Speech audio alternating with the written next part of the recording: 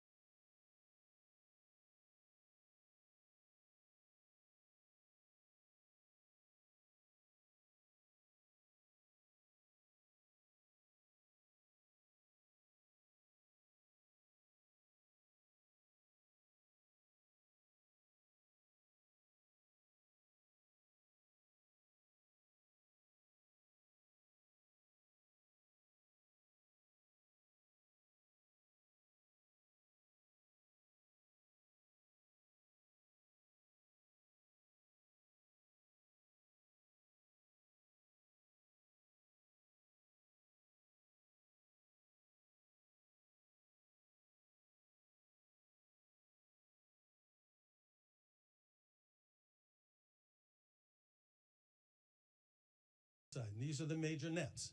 And at 9 sharp, you're going to hear them all go on air. And so it makes a little noise, so don't be afraid by it. And I must, at the end, really thank the people that you saw on your way here tonight, and you see around here.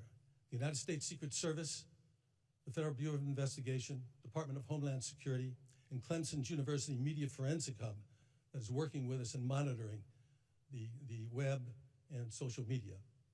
So there's so many people to thank, and these men and women, and the police department that you saw outside, the local police department, who work so hard to keep us all safe and to keep our nation safe.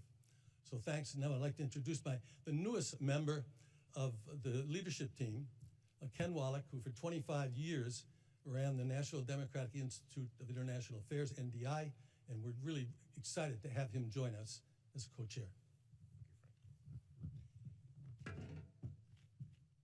I join Frank, Janet, and fellow board members, including Yvonne Howe and Jane Harmon, who are with us tonight, in welcoming you to the 23rd presidential debate sponsored and organized by the Commission on Presidential Debates. As Frank said, I'm the Commission's newest co-chair, and as the new kid on the block, I am proud to work alongside those who have been engaged in this initiative for the past 33 years. These debates have now become an integral part of our political process, a view shared by the most important judge, the American electorate. But as significant as debates have become here, they can be even more consequential overseas, where the Commission, in partnership with the National Democratic Institute, has helped organize more than 400 debates in 45 nations. In post-conflict countries and in new and emerging democracies, debates have helped level the playing field in places where only one party has ruled. They have forced discussion on policy issues, not personalities. And yes, they have promoted comity among political competitors. And that's comity with a T. And this effort has spawned the establishment of a global support network of similar debate organizations from nearly 40 countries, dubbed Debates International. Now, I would call your attention to the Commission-sponsored Debate Watch 2020 and the participation by watch groups in all 50 states. From a hair salon owner in Cleveland Heights hosting 10 employees to the Atlantic Council hosting a global audience for more than 80,000. The goal of the Debate Watch is not to say who won or who lost, but to share views with those who agree and those who don't, to listen respectfully to each other's opinions. We are pleased that the Commission's longest-standing supporters, Judy and Peter Kovler, are in the audience tonight. For 32 years, the Judy and Peter Blum Kovler Foundation has given its trust to the nonpartisan mission of the Commission. We are deeply grateful for their belief in our work and their extraordinary contribution to the 2020 debates. It is now my distinct honor to introduce Dr. Tom Mihaljevic, President of the Cleveland Clinic, and Barbara Snyder, President of Case Western Reserve University. Thank you very much.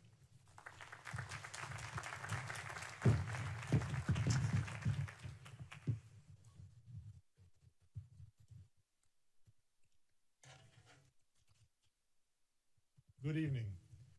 On behalf of Cleveland Clinic, it is my pleasure to welcome you to the city of Cleveland. Tonight, you join us in the beautiful Sampson Pavilion of the Health Education Campus at Cleveland Clinic. We share this campus with our partners from Case Western Reserve University. This building is very special to us. It was opened just a year ago as a place for students, medical, nursing, and dental, to begin their professional journeys by learning together as teams. At that time, as we were opening this campus, none of us could have imagined that we would soon face a worldwide pandemic. When it happened, we converted this building into a COVID-19 surge hospital.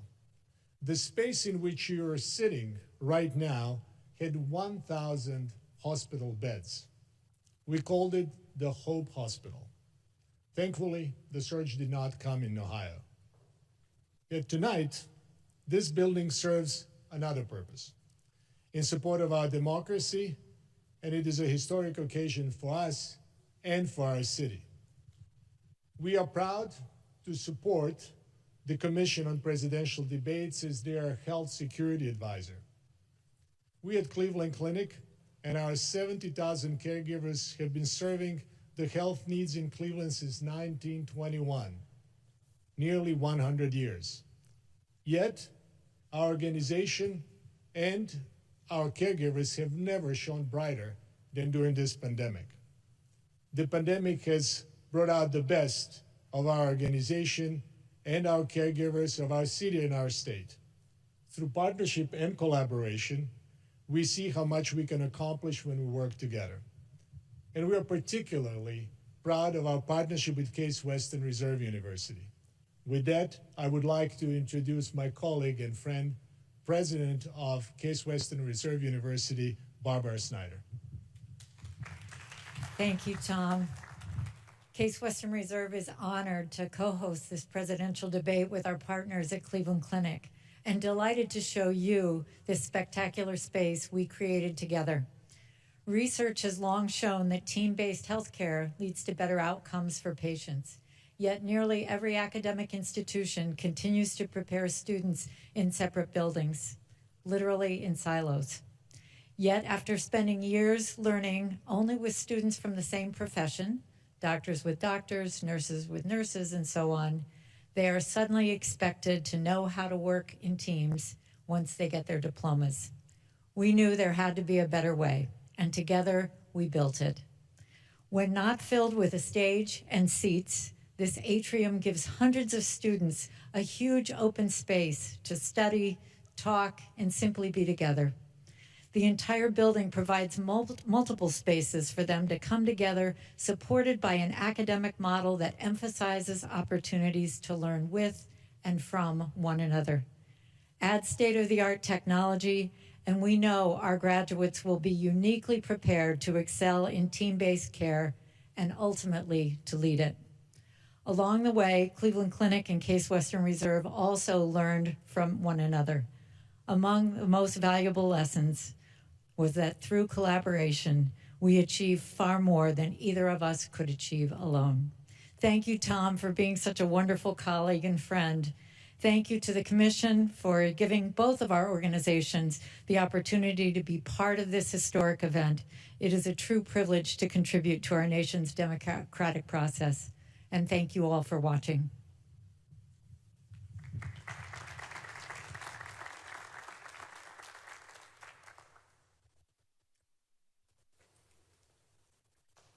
Thank you, Tom and Barbara, very much. Most valuable player award for this evening goes to Toby Cosgrove. We couldn't have done it without you. Thank you. One housekeeping bit for the audience. As soon as this debate is over, if you will please remain seated, you will be shown which way to exit. And please stay where you are until that happens. I would like to now introduce Chris Wallace, the moderator of this evening's debate.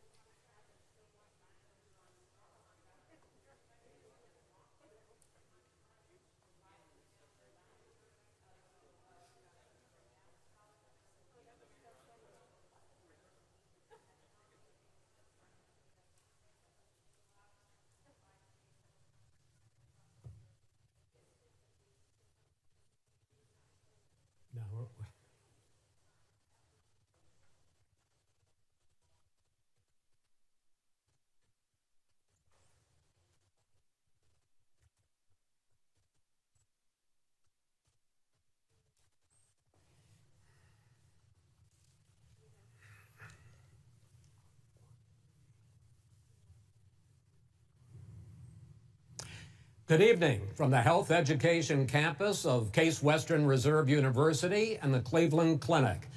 I'm Chris Wallace of Fox News, and I welcome you to the first of the 2020 presidential debates between President Donald J. Trump and former Vice President Joe Biden.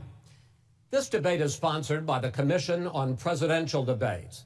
The commission has designed the format, 6 roughly 15-minute segments with 2-minute answers from each candidate to the first question, then open discussion for the rest of each segment. Both campaigns have agreed to these rules. For the record, I decided the topics and the questions in each topic. I can assure you, none of the questions has been shared with the commission or the two candidates. This debate is being conducted under health and safety protocols designed by the Cleveland Clinic, which is serving as the health security advisor to the commission for all 4 debates. As a precaution, both campaigns have agreed the candidates will not shake hands at the beginning of tonight's debate. The audience here in the hall has promised to remain silent. No cheers, no boos or other interruptions, so we, and more importantly you, can focus on what the candidates have to say. No noise except right now, as we welcome the Republican nominee, President Trump, and the Democratic nominee, Vice President Biden.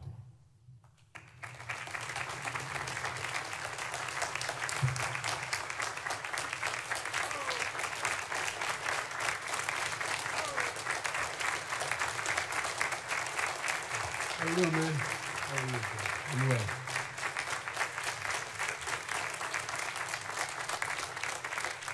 Gentlemen, a lot of people have been waiting for this night, so let's get going. Our first subject is the Supreme Court.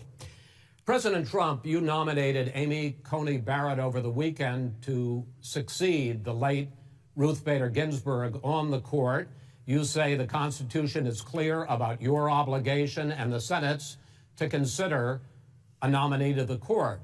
Vice President Biden, you say that this is an effort by the president and Republicans to jam through an appointment and what you call an abuse of power. My first question to both of you tonight, why are you right in the argument you make and your opponent wrong? And where do you think a Justice Barrett would take the court? President Trump, in this first segment, you go first, 2 minutes. Thank you very much, Chris. I will tell you very simply, we won the election. Elections have consequences. We have the Senate, we have the White House, and we have a phenomenal nominee, respected by all, top academic, good in every way, In fact, some of her biggest endorsers are very liberal people from Notre Dame and other places. So I think she's going to be fantastic. We have plenty of time, even if we did it after the election itself. I have a lot of time after the election, as you know. So I think that she will be outstanding. She's going to be as good as anybody that has served on that court. We really feel that. We have a professor at Notre Dame, highly respected by all, said she's the single greatest student he's ever had. He's been a professor for a long time at a great school. And we won the election, and therefore we have the right to choose her.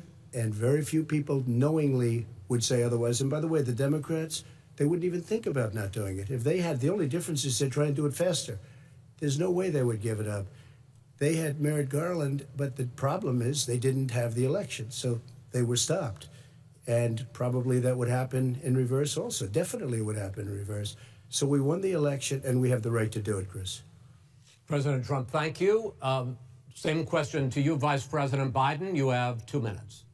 Well, first of all, thank you for doing this, and looking forward to this, Mr. President. Thank you, Joe. The American people have a right to have a say in who the Supreme Court nominee is. And that say occurs when they vote for United States senators and when they vote for the President of the United States. They're not going to get that chance now because we're in the middle of an election already. The election has already started. Tens of thousands of people have already voted. And so the thing that should happen is we should wait. We should wait and see what the outcome of this election is, because that's the only way the American people get to express their view is by who they elect as president and who they elect as vice president. Now, what's at stake here is the president's made it clear he wants to get rid of the Affordable Care Act. He's been running on that. He ran on that, and he's been governing on that. He's in the Supreme Court right now trying to get rid of the Affordable Care Act, which will strip 20 million people from having insurance, health insurance now, if it goes into court, and the justice. And I have nothing. I'm not opposed to the justice. She seems like a very fine person, but she's written before she went on the bench, which is her right, that she thinks that the Affordable Care Act is not constitutional. The other thing is on the court, and if it's struck down, what happens? Women's rights are fundamentally changed. Once again, a woman could be pay more money because she has a pre-existing condition of pregnancy. They were able to charge a woman more for the same exact procedure a man gets. And that ended when we, in fact, passed the Affordable Care Act. And there's 100 million people who have pre-existing conditions, and they'll be taken away as well. Those pre-existing conditions, the insurance companies are going to love this. And so it's just not appropriate to do this before this election. If he wins the election and the Senate is Democrat or Republican, then he goes forward. If not, we should wait until February. All right. There aren't 100 million people with pre-existing conditions. As far as the say is concerned, the people already had their say. Okay, Justice Ginsburg said very powerfully, very strongly, at some point, 10 years ago or so, she said a president and the Senate is elected for a period of time, but a president's elected for 4 years. We're not elected for 3 years. I'm not elected for 3 years. So we have the Senate, we have a president. He's elected to the next during election. that period of time, we have an opening. I'm not elected for 3 years. I'm elected for 4 years. And the 100 million people, Joe, the 100 million people is totally wrong. I don't know where you got that number. The bigger problem that you have is that you're going to extinguish 180 million people with their private health care that they're very That's happy simply with. not true. Well, you're certainly going to socialist. You're going to socialist medicine. We're now into, gentlemen, we're now into open discussion. Open discussion. Open discussion. Yes, I agree. Go ahead, Vice President. Number one, he knows that what I proposed. What I proposed is that we expand Obamacare and we increase it. We do not wipe any. And one of the big debates we had with 23 of my colleagues trying to win the nomination that I won were saying that Biden wanted to allow people to have private insurance still. They can. They do. They will under my proposal. It's not what you've said, But and it's not what your party has said. That is simply your party a lie. doesn't say it. Your party wants to go socialist medicine. My party is and me. socialist right healthcare. now, I am and the they're going to Democratic dominate Party. you, Joe. You know that. I am the Democratic Party right now. The platform of the Not according Democratic to Party Harris. is what I, in fact, approved of. What I approved of. Now, here's the deal. The deal is that it's going to wipe out pre-existing conditions. And by the way, the 200,000 people that have died on his watch, how many of those have survived? Well, there's 7 million people that contracted COVID. What does it mean for them going forward if you strike down the Affordable Care Act? Joe, you've had 308,000 military people dying because you couldn't provide them proper health care in the military. So don't tell me I'm about this. happy to talk about this. And if you were here, Look, it here's wouldn't the be deal. 200, it would be 2 million people because you were very late on the draw. You Late didn't on want the me to draw. ban China, which was heavily infected. You didn't want me to ban All right, gentlemen, Europe, which was heavily Mr. President, infected. You would have been much President, later, Joe. Mr. President, much later. Mr. President. You're talking about 2 million people. You're not Mr. President, gonna as shut a him up. moderator, we are going to talk about COVID in the next segment, but go ahead. Let me finish. The point is that the president also is opposed to Roe v. Wade. That's on the ballot as well in the court. And so that's also at stake right now. And so the election is all You don't know it's on the ballot. Why is it on the ballot? Because Why is it you on the said ballot? It's not on the ballot. It's on the ballot in the I court. don't think so. In the court. Well, There's nothing happening there. Donald, would you And you just don't be quiet know for a her minute? view on Roe v. Wade. You I don't know her view. Well, all right. Let's talk. We got a lot to unpack here, gentlemen. We got a lot of time. So on health care, and then we'll come back to Roe v. Wade. All right. Mr. President, the Supreme Court will hear a case a week after the election in which the Trump administration, along with 18 state attorneys general, are seeking to overturn That's right. Obamacare, to end Obamacare. You have spent the last... Because they want to give good health care. If I may ask my question, sir. Good health care. Over the last 4 years, you have promised to repeal and replace Obamacare, but you have never in these 4 years come up with a plan, a comprehensive plan to replace Obamacare. Of course I have. Well, I got rid of the individual mandate. I'm going to give you an opportunity. I got rid of the individual mandate, which was a big chunk of Obamacare. That is absolutely a big thing. That was the worst part of Obamacare. Sir, Chris, that was the worst part of Obama. Let me ask my question. Well, I'll ask Joe. The individual mandate was the most unpopular aspect of Obamacare. I got rid of it. I'd like you and we will protect people with President, I'm the moderator of this conditions. debate, and I would like you to let me ask my question, and then you can answer your question. Go ahead. You, in the course of these 4 years, have never come up with a comprehensive plan to replace Obamacare, and just this last Thursday, you signed a largely symbolic executive order to protect people with pre-existing conditions 5 days before this debate. So my question, sir, is what is the Trump health care plan? Right. Well, first of all, I guess I'm debating you, not him, but that's okay. I'm not surprised. Let me just tell you something, that there's nothing symbolic. I'm cutting drug prices. I'm going with favored nations, which no president has the courage to do because you're going against Big Pharma. Drug prices will be coming down 80 or 90%. You could have done it during your 47-year period in government, but you didn't do it. Nobody's done it.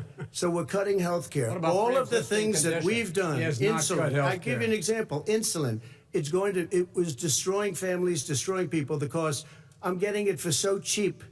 It's like water, you want to know the truth. So cheap. Take a look at all of the drugs what we're doing, prescription drug prices. We're going to allow our governors now to go to other countries to buy drugs because they pay just a tiny fraction. As I say, this is open discussion. No, let but me this ask is you big. about, This is big stuff. Sir, you'll be happy. I'm about to pick up on one of your points to ask the Vice President, which is he points out that you would like to add a public option to Obamacare. And the argument that he makes and other Republicans make is that is going to end private insurance. It is and not. Well, if I can ask you the question, it will not end. What your party says, by the way. It will end private insurance and create a government takeover of health care. It does not. It's only for those people who are so poor they qualify for Medicaid. They can get that free in most states, except governors who want to deny people who are poor Medicaid. Anyone who qualifies for Medicare Medicaid would automatically be enrolled in the public option. The vast majority of the American people would still not be in that option, number one. Joe, you agreed with Bernie Sanders, who's far left, on the manifesto, we call it. And that gives you socialized medicine. Look, hey, Are you saying I'm not you going to didn't listen to him. The fact of the matter is, I beat Bernie Sanders. Not by much. I beat him a whole hell of a lot. I'm here standing facing you, old buddy. Pocahontas would have left 2 days early. You would have lost every primary. All he knows how to on do Super is hurt. Tuesday. You got very lucky. Here's the deal. I got very lucky. I'm going to get very lucky tonight as well. And tonight I'm going to make sure, because here's the deal. Here's the deal. The fact is that everything he's saying so far is simply a lie. I'm not here to call out his lies. Everybody knows he's a liar. But you I just want to make sure. Joe, you're the liar. I want to make sure. Graduated last in your class, not first in your class. I want to make Mr. sure. President, can you let him finish, sir? No, he doesn't know how to do that. He has, You'd be surprised. You picked You'd be surprised. the wrong guy, the wrong night at the wrong time. Listen, you agreed with Here's the Bernie deal. Sanders to the manifesto. whole idea- Let him. There is no manifesto, number Please one. let him speak, Mr. Number President. two. You just lost the left. Number two. You just lost the left. You agreed with Bernie Sanders on a plan.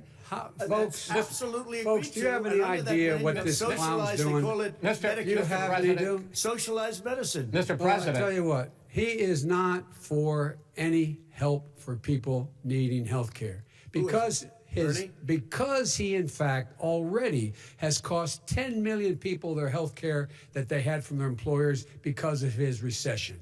Number one. Number two, there are 20 million people getting health care through Obamacare now that he wants to take it away.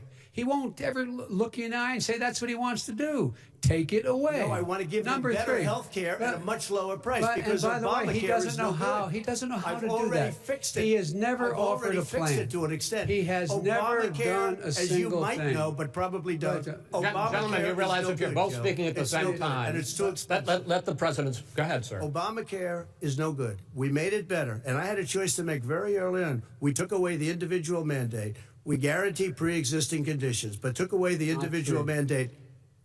Listen, this is the way it is.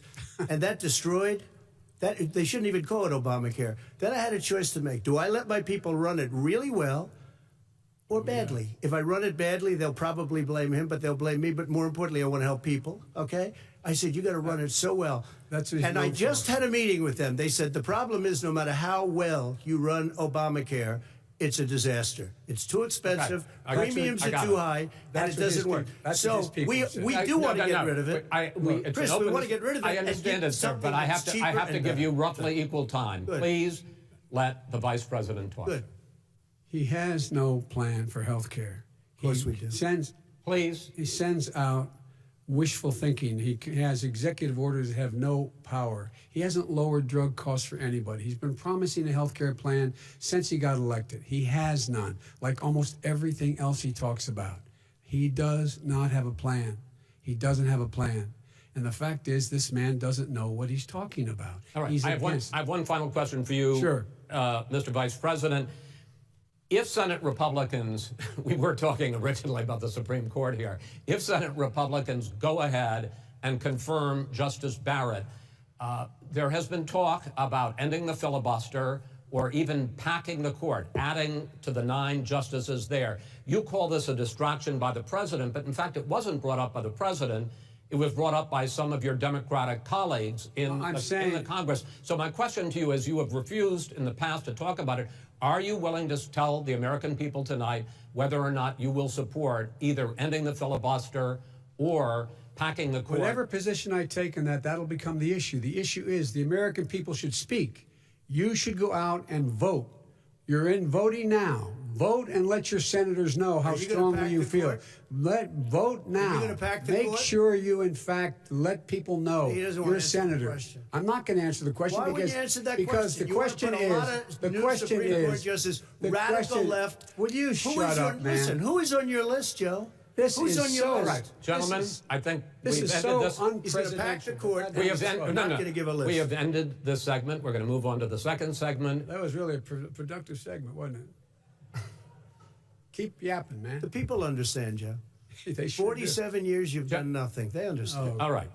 The second subject is COVID-19, which is an awfully serious subject, so let's try to be serious about it. We have had more than 7 million cases of coronavirus in the United States, and more than 200,000 people have died. Even after we produce a vaccine, experts say that it could be months or even years before we come back to anything approaching normal. My question for both of you is, based on what you have said and done so far and what you have said you would do starting in 2021, why should the American people trust you more than your opponent to deal with this public health crisis going forward? In this case, the question goes to you first, sir. 2 minutes uninterrupted. Good luck. 200,000 dead. As you said, over 7 million infected in the United States. We, in fact, have 4% of the world's population, 20% of the deaths. 40,000 people a day are contracting COVID. In addition to that, about between 750 and 1,000 people a day are dying. When he was presented with that number, he said, it is what it is. Well, it is what it is because you are who you are. That's why it is. The president has no plan. He hasn't laid out anything. He knew all the way back in February how serious this crisis was. He knew it was a deadly disease. What did he do? He's on tape as acknowledging he knew it. He said he didn't tell us or give people a warning of it because he didn't want to panic the American people. You don't panic. He panicked. In addition to that, what did he do? He went in and we were insisting that the people we had on the ground in China should be able to go to Wuhan and determine for themselves how dangerous this was. He did not even ask Xi to do that. He told us what a great job Xi was doing. He said we owe him a debt of gratitude for being so transparent with us. And what did he do then? He then did nothing. He waited and waited and waited. He still doesn't have a plan. Wrong. I laid out back in March exactly what we should be doing. And I laid out again in July what we should be doing. We should be providing all the protective gear possible. We should be providing the money the House has passed in order to be able to go out and get people the help they need to keep their businesses open schools. It costs a lot of money. You should get out of your bunker and get out of the sand trap and get in your golf course and go in the Oval Office and bring together the Democrats and Republicans and fund what needs to be done now to save lives. So if we would have listened to you... You have 2 minutes, sir. If we would have listened to you, the country would have been left wide open. Millions of people would have died, not 200,000, and one person is too much. It's China's fault. It should have never happened. They stopped it from going in, but it was China's fault. And by the way, when you talk about numbers, you don't know how many people died in China. You don't know how many people died in Russia. You don't know how many people died in India. They don't exactly give you a straight count, just so you understand. But if you look at what we've done, I closed it, and you said he's xenophobic. He's a racist, and he's xenophobic. Because you didn't think I should have closed our country. Wait a minute. It says 2 minutes. You didn't think we should have closed our country because you thought it was terrible. You wouldn't have closed it for another 2 months. By my doing it early, in fact, Dr. Fauci said, President Trump saved thousands of lives. Many of your Democrat governors said, President Trump did a phenomenal job. We worked with the governor. Oh, really? Go take a look. The governors said I did a phenomenal job. Most of them said that. In fact, people that would not be necessarily on my side said that. President Trump did a phenomenal job. We did. We got the gowns. We got the masks. We made the ventilators. You wouldn't have made ventilators. And now we're weeks away from a vaccine. We're doing therapeutics already. Fewer people are dying when they get sick. Far fewer people are dying. We've done a great job. The only thing I haven't done a good job, and that's because of the fake news. No matter what you say to them, they give you bad press on it. It's just fake news. They give you good press. They give me bad press because that's the way it is, unfortunately. But let me just tell you something. I don't care. I've gotten used to it. But I'll tell you, Joe, you could never have done the job that we did. You don't have it in your blood. You could have never done that job. I know how to do the job. I know how to get the job Well, you done. didn't do very well in swine flu. H1N1, you were a disaster. Your own chief of staff said you were a disaster. 14,000 people died, not 200,000. There was no economic recession. Sir, you made a there was no recession. You made a point. Let him answer. And there was we didn't shut down the economy. This is his economy he shut down. The reason it's shut down is because, look, you folks at home, how many of you got up this morning and had an empty chair at the kitchen table because someone died of COVID? How many of you were in a situation where you lost your mom or dad and you couldn't even speak to them? You had a nurse holding a phone up so you could, in fact, say goodbye. You would have lost far more people. Far more people. And, you would have been. And by the way, late. his own CDC director says we could lose as many as another 200,000 people between now and the end of the year. And he held up. He said, if we just wear a mask, we can save half those numbers. Just a mask. And by the way, in terms of the whole notion of a vaccine, we're for a vaccine, but I don't trust him at all, nor do you. I know you don't. What we trust is a scientist. You don't trust Dr. Johnson Fauci. Johnson, Pfizer? Okay, by the way, gentlemen, let me move on to questions about the future, because you both have touched on two of the questions I'm going to ask. Focusing on the future first, President Trump, you have repeatedly either contradicted or been at odds with some of your government's own top scientists. The week before last, the head of the Centers for Disease Control, Dr. Redfield, said it would be summer before the vaccine would become generally available to the public. You said that he was confused and mistaken. Those were your two words. Yeah. But Dr. Slaoui, the head of your Operation Warp Speed, has said exactly the same thing. Are they both wrong? Well, I've spoken to the companies, and we can have it a lot sooner. It's a very political thing because people like this would rather make it political than save lives. God. It is a very political thing. I've spoken to Pfizer. I've spoken to all of the people that you have to speak to. We have great Moderna, Johnson & Johnson, and others. They can go faster than that by a lot. Become very political because the left, or I don't know if I call them left, I don't know what I call them. the head of your Operation Warp Speed, Dr. Slaoui? I disagree with him. Yeah, no, I disagree with both of them. And he didn't say that. He said it could be there, but it could also be much sooner. I had him in my office 2 days ago. He talked about the summer, sir, before it's generally available. Just like he said it's Redfield. a possibility that we'll have the answer before November 1st. It could also be after when it's that. generally available. Well, we're going to deliver it right away. We have the military all set up. Logistically, they're all set up. We have our military that delivers soldiers, and they can do 200,000 a day. They're going to be delivering. This is the same man it's who all told set you up. by Easter this would be gone away. by the warm weather, it'd be gone. Miraculous, like a miracle. And by the way, maybe you could inject some bleach in your arm, and that would take care of it. This is the same man. That was said sarcastically, that was, you know that. That was said sarcastically. And so here's the deal. This man is talking about a vaccine.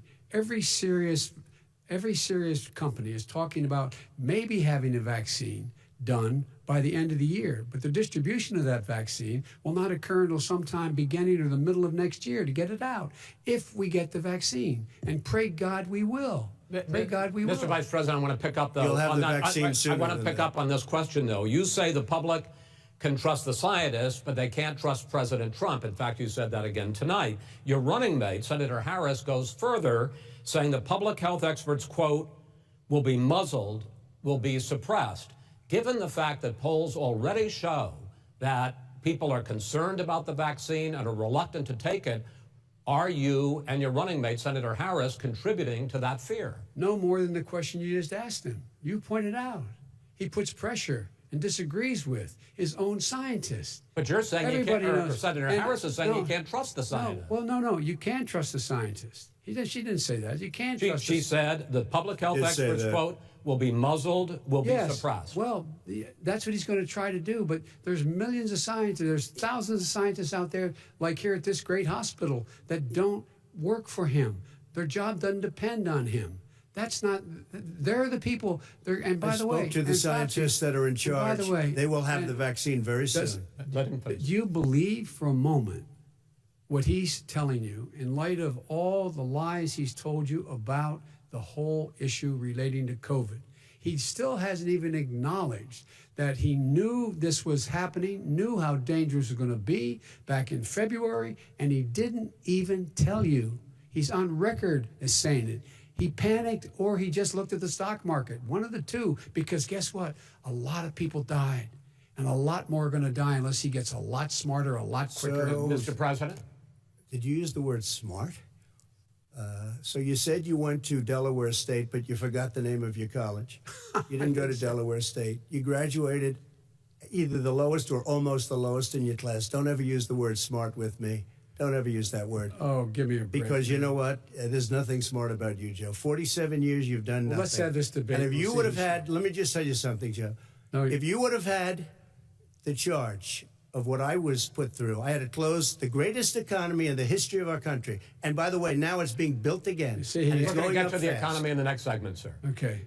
It's going up fast. Okay. When it comes to how the virus has been handled so far, the two of you have taken very different approaches, and this is going to affect how the virus is handled going forward by whichever of you ends up becoming the next president. I want to quickly go through several of those. Reopenings. Vice President Biden, you have been much more reluctant than President Trump about reopening the economy and schools. Why, sir? Because he doesn't have a plan. If I were running, I know what the plan is. You've got to provide these businesses the ability to have the money to be able to reopen with the PPE as well as with the sanitation they need. You have to provide them plastic. Tell that to Nancy Pelosi. Well, he's just shush for a minute. Tell it to Nancy Pelosi. And Schumer, by the way, Chuck. Nancy Pelosi and Schumer, they have a plan. He won't even meet with them. The Republicans won't meet with the Senate. And he sits in his golf course. And literally, think about it. You probably play more than I do, Joe. What about this question of reopenings and the fact? Well, he wants to shut down this country. And I want to keep it open. And we did a great thing by shutting it down. Wait a minute, Joe. Let me shut you down for a second, Joe, just for 1 second. He wants to shut down the country. We just went through it. We had to because we didn't know anything about the disease. Now we found that elderly people with heart problems and diabetes and different problems are very, very vulnerable. We learned a lot. Young children aren't. Even younger people aren't. We've learned a lot. But he wants to shut it down. More people will be hurt by continuing. If you look at Pennsylvania, if you look at certain states that have been shut down, they have Democrat governors all. One of the reasons they're shut down is because they want to keep it shut down until after the election on November 3rd. I want to move on to another because subject. it's a political But those states are not doing well that are shut down right now. Respond to that. President Trump, you have begun to increasingly question the effectiveness of masks as a disease preventer.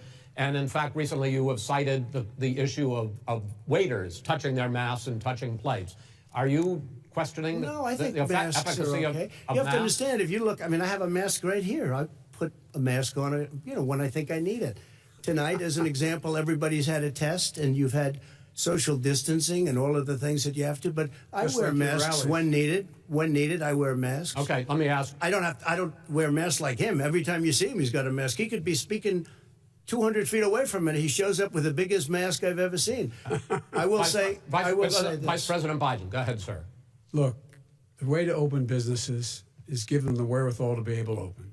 We provided money. The Congress. But I was asking you, sir, about masks. Well, masks make a big difference. His own head of the CDC said if we just wore masks between now, everybody wore masks in social distance between now and January, we'd probably save up to 100,000 lives.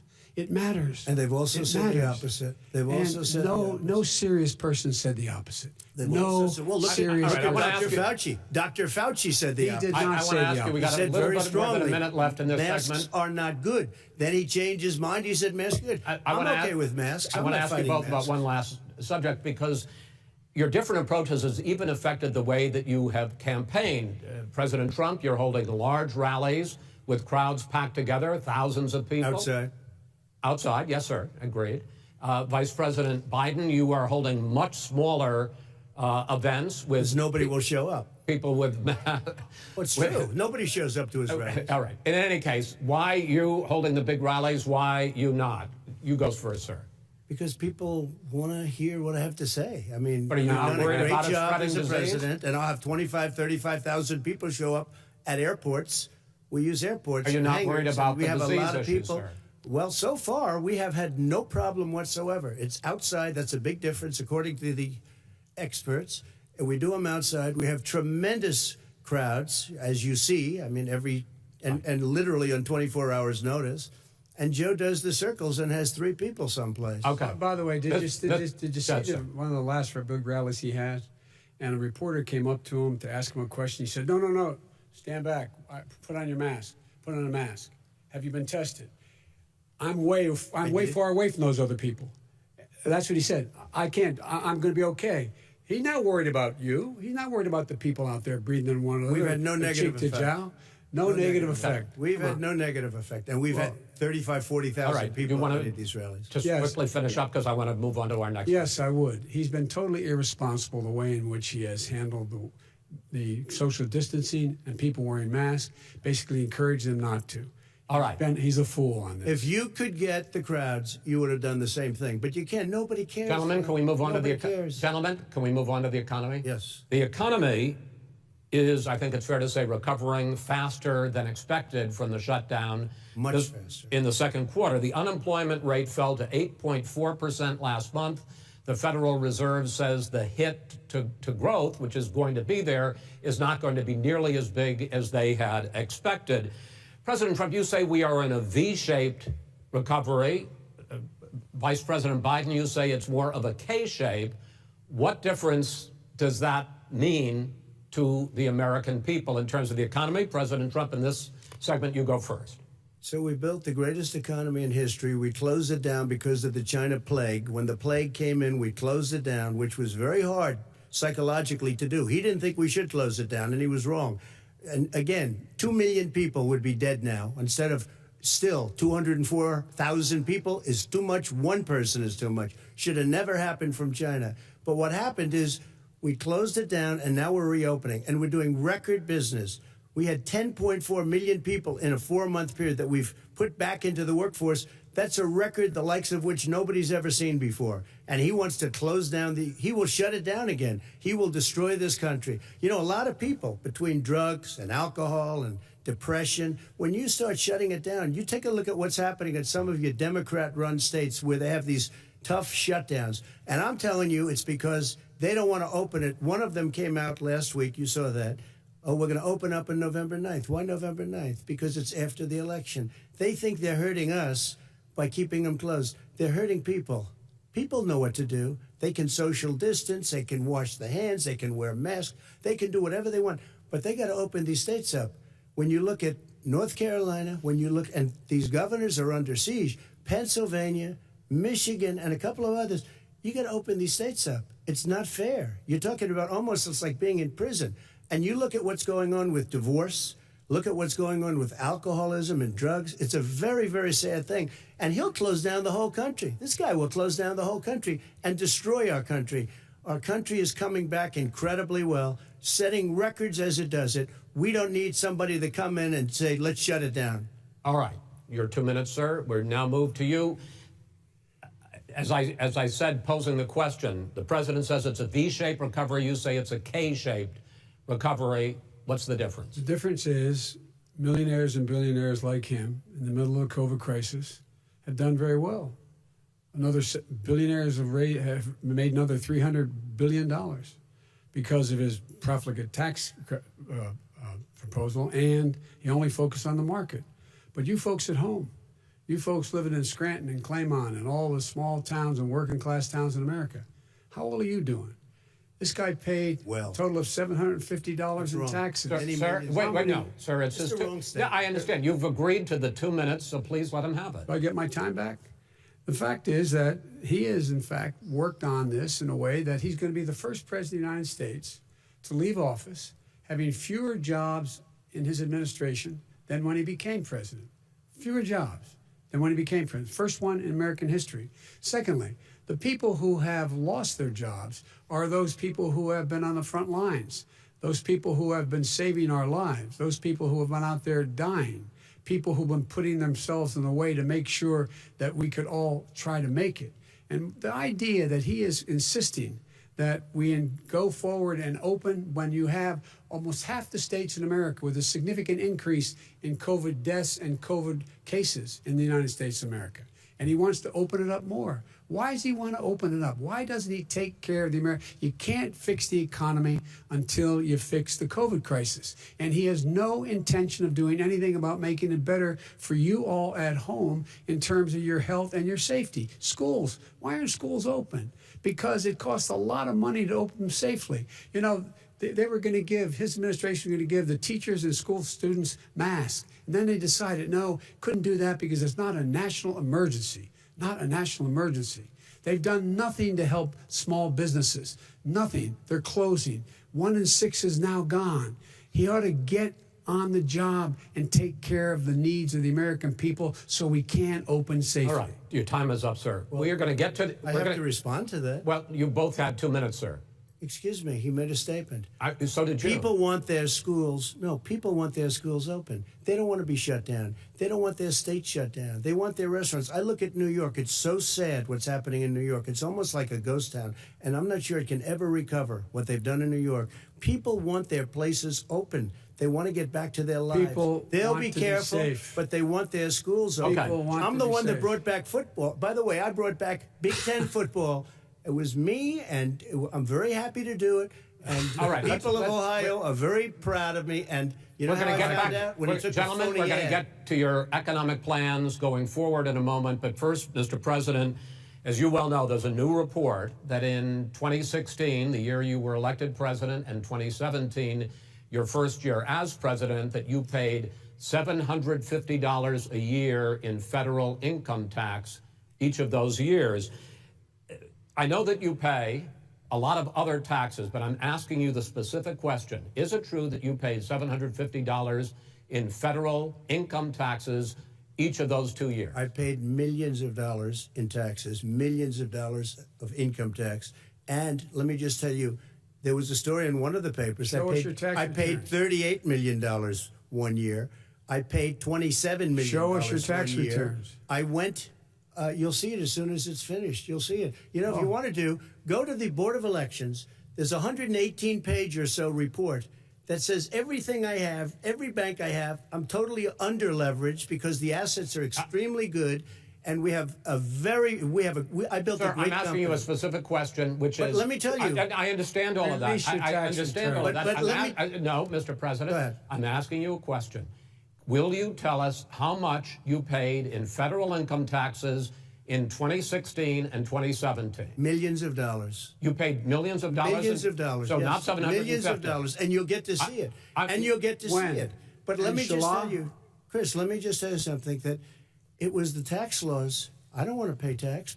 Before I came here, I was a private developer. I was a private business people. Like every other private person, unless they're stupid, they go through the laws, and that's what it is. He passed a tax bill that gave us all these privileges for depreciation and for tax credits. We build a building and we get tax credits, like the hotel on Pennsylvania Avenue. You get a massive, which, by the way, was given to me by the Obama administration, if you can believe that. Now, the man got fired right after that happened. But Vice President Biden, you want to respond? Yeah, I do want to respond. Look, the tax code that made him, put him in a position that he pays less tax than a school teacher makes, on the money a school teacher makes, is because of him he says he's smart because he can take advantage of the tax code. And he does take advantage of the tax code. That's why I'm going to eliminate the Trump tax cuts. And I'm going to eliminate those tax cuts and make sure that we invest in the people who, in fact, need the help. People out there need help. But why didn't you do it over the last 25 years? Because you weren't president. Because you weren't president screwing things up. You were a senator. And You're the worst president America has ever had. Hey, Come Joe, on. let me just tell you, Joe. I've done more in 47 months. I've done more than you've done in 47 years, Joe. We've done things that you never even thought of doing, including fixing the broken military that you gave me, including taking care of your vets. Mr. President, we're talking about the economy. I'd like to ask you about your plans going forward because, Mr. Vice President, your economic plan, if you were to be elected president, focuses a lot on big government, big taxes, big spending. I want to focus first on the taxes. You propose more than $4 trillion over a decade in new taxes on individuals making more than $400,000 a year and on corporations. President Trump says that that kind of an increase in taxes is going to hurt the economy as it's just coming out of a recession. Well, just take a look at what is the analysis done by Wall Street firms. Points out that my economic plan would create 7 million more jobs than his in 4 years, number one. And number two, it would create an additional $1 trillion in economic growth because it would be about buying American. That we're going to make this federal government spend $600 billion a year on everything from ships to steel to buildings and the like. And under my proposal, we're going to make sure that every penny of that has to be made by a company. But respectfully, sir, I'm talking about taxes, not spending. By the way, I'm going to eliminate a significant number of the tax. I'm going to make the corporate tax 28%. It shouldn't be 21%. You have 91 companies, in the Fortune 500 who don't pay a single penny in tax, making billions of dollars. Why didn't you do it before when you were vice president with Obama? Because you, in fact, passed that. That was your tax proposal. I got it done. And you know what happened? Yeah, you got it done. Our economy boomed like it's never boomed the economy is busted. Mr. President, let me pick up on that. You would continue your free market approach, lower taxes, more deregulation, correct? Not lower taxes for American people. But in Obama's, you talk about the economy booming, it turns out that in Obama's final 3 years as president, more jobs were created, 1.5 million more jobs than in the first 3 years of your presidency. They had the slowest recovery economic recovery since 1929. It was the slowest recovery. Also, they took over something that was down here. All you had to do is turn on the lights and you pick up a lot. But they had the slowest economic recovery since 1929. Let me tell you about the stock market. When the stock market goes up, that means jobs. It also means 401ks. If you got in, if you ever became president with your ideas, you want to terminate my taxes, I'll tell you what, you'll lose half of the companies that have poured in here will leave, and plenty of companies that are already here, they'll leave for other places. They will leave, and you will have a depression, the likes of which you've never seen. Look, we inherited the worst recession short of a depression in American history. I was asked to bring it back. We were able to have an economic recovery that created the jobs you're talking about. We handed him a booming economy. He blew it. It wasn't booming. He blew it. It wasn't booming. It was the weakest recovery since 1929. Is it fair to say he blew it when fact, there was record low unemployment before COVID? Yeah, but because what he did, even before COVID, manufacturing went in the hole. Manufacturing went in a hole. Excuse number me, one. Chris. Wait. Number two. Chris. Number three. They said it would take. No, you were number two. No. Chris.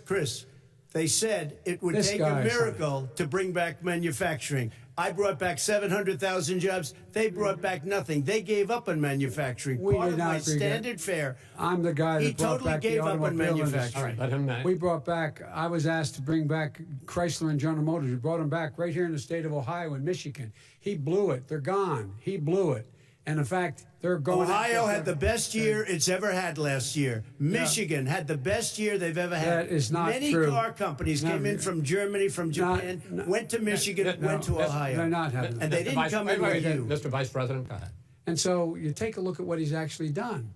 He's done very little. His trade deals are the same way. He talks about these great trade deals. You know, he talks about the art of the deal. China's perfected the art of the steal. We have a higher deficit with China now than we did before. We have the highest trade deficit China with ate Mexico. your lunch. Down All right, gentlemen, 18%. China ate your lunch, Joe. And no wonder your son goes in and he takes out billions of dollars. Takes out billions of dollars to manage. He makes millions of dollars. And also, Simply while we're not at it, true. why is it, just out of curiosity, the mayor of Moscow's wife gave your son $3.5 million. That's What not did he true. do to deserve it? That What is did he do with Burisma none to of that deserve is true. $183,000? None You've of asked that your is question, true. let him answer. None of that is true. Oh, It's really? He didn't totally, get But no, $3.5 hey, million? Mr. President, It's Mr. totally- President, please. You've totally asked a question. discredited. Totally discredited. And by the way, Well, wait, he didn't get No, no. $3.5 million, Joe? Mr. Vice, He got Mr. $3.5 million. President, it is not true. Oh, really? Mr. Oh. President, But, Mr. it's an open discussion, please. Now, It's a fact. Well, It you is have not a raised an fact. issue. Let the It's been Vice totally President answer. discredited. Did There was a Burisma pay him report. $183,000 a month with no Will you- experience in energy? Mr. Look, President, no job. my son did nothing wrong at Burisma. I think he did. and Mr. the only President, guy that let did him something- answer. He doesn't want to let me answer because he knows I have the truth. His position has been totally, thoroughly discredited. By who? And The media? By everybody. Well, by the By the media, media, by our because they refuse to allies, by talk the about it World because they're Bank, embarrassed. by everyone has discredited. Matter of fact, even Mr. the people President, who please stop. testified under oath. So let me under ask you oath, this, under- Joe. under No, no, oath. go ahead, Mr. I'm listening to Even the you. people under, He got $3.5 he million from testified- Moscow. He testified under oath in his administration, said, I did my job and I did it very well. Oh, I really? did it I'd like to know honorably. who they are. Well, I'll give you the list I'll of the fire people who them. testified. No, go ahead, sir. Sure, you've already fired most of them because they did a Some good because job. some people don't do a good here's job. With you, Go they ahead. say- You get here's the, the wait a deal. minute. You get the final word, Mr. Well, it's hard to get any word in with this clown. Excuse me, this. Hey, this let me just person. say, Joe. No. I'm Mr. President. I'm $3.5 Mr. million, President. Joe. That is simply Why did not he true. deserve $3.5 million It from did- Moscow? Look, here's the deal. We want to talk about families and ethics. I don't want to do that. I mean, his family we could talk about all night. His family's My already... family, No, let him do- my let- family already lost wrote. a fortune by Go coming down and helping Go us ahead. with Go ahead, government. sir. And that's such and a... they're right That's here. it, Mr. That's President. such Every a great... single one of them lost This a is not fortune about President. my coming and family or helping his us family. with It's government. about your family, They the didn't American collect people. $3.5 million He for doesn't... nothing. That's not true. It doesn't want to talk about what you need. You, the American people. It's about you. That's what we're talking about you here. should All right, Not that's the end of the Shouldn't have segment. taken the money. We're moving on. He didn't take them. Well, Vice it's a very- President, but Chris, no, can I be honest? It's a very important Try to be question. honest. No, He I stood didn't. up. No, he stood up, the answer to and the he question is no. threatened Ukraine. No, sir. With $1 billion, if you that don't get rid of is the troops. You know what? You're, absolutely wait, not stop. true. Tape doing it. You're going to Not have tape. True. gentlemen. Is- I hate to raise Chris, my voice, he's but I on see it seems tape. to be. Why should I be different than the two of you?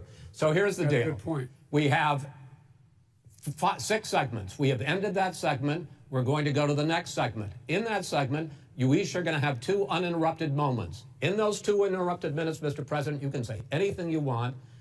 I'm going to ask a question about race, but if you want to answer about something else, go ahead. But I think that the country would be better served if we allowed both people to speak with fewer interruptions. I'm appealing to you, sir, to do that. Well, and him too. Well, frankly, you've been doing more interrupting Well, that's than all he right, has. but he does plenty. Well, less than, sir, less There's than, plenty. no, less than you have. Let's please continue on.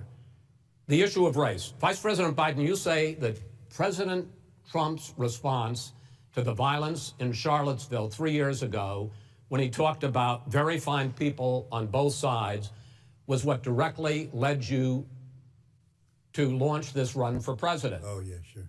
President Trump, you have often said that you believe you have done more for Black Americans than any president, with the possible exception of Abraham Lincoln. My question for the two of you is, why should voters trust you rather than your opponent to deal with the race issues facing this country over the next 4 years?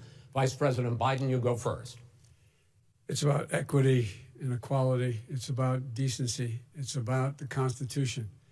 And we have never walked away from trying to require equity for everyone, equality for the whole of America. But we've never accomplished it. But we've never walked away from it like he has done.